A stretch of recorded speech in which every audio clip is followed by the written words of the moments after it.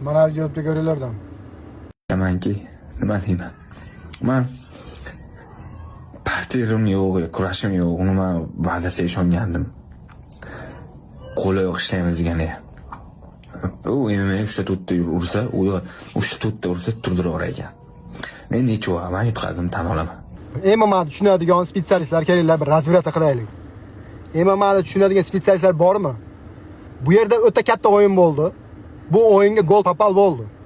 Bu 100% javob. Nimaga deganda bu yerda katta summa haqida ketadigan. Bu bir. Ikkinchidan sudyaga konkretni aytilgan. Kakay bu suv ichini bular birinchi mash yutish kerak degan. Tushunasizlarmi? Nimaga? Chunki bu yerda o'ta katta pulni yutib qolish kerak. Sudya sotilgan. Sababini men tushuntiraman.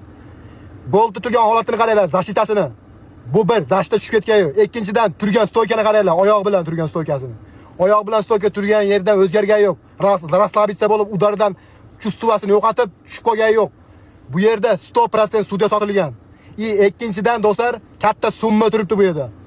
Goldni shuning uchun hozirgi yutkizgani 4 ta 5 ta udardan keyin qaranglar. Sira sudya bo'ldi, yutkizdi deb qo'yapti.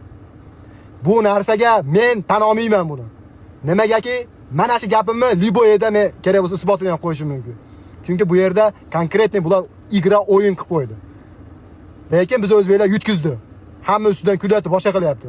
Lekin boshqa tomonni ham qaranglar-da, specialistlar qarasin-da. MMA tushunayotgan specialistlar ko'rib turib, ana shuni da haqiqatan bu mana shu udarlardan keyin o'zini holatini yo'qotdi, sastanasini yo'qotdi, keyin yutkizilsa, bo'pti, men tan olaman. Lekin men bu yerda unaqa narsa ko'rganim yo'q. Taksho Nasrani o'ldi. Mayli gol bugun yutkizgan bo'lsang, lekin bu yutkizganing ertaga bu yutug'ingga sabab bo'ladi. Taksho gazini bos uka. Buni sen yutkizmading deb hisobla. Taksho bu yerda sudya sotilgan, bu yerda katta o'yin bo'ldi. Mayli do'stlar, Nasrani o'ldi lekin.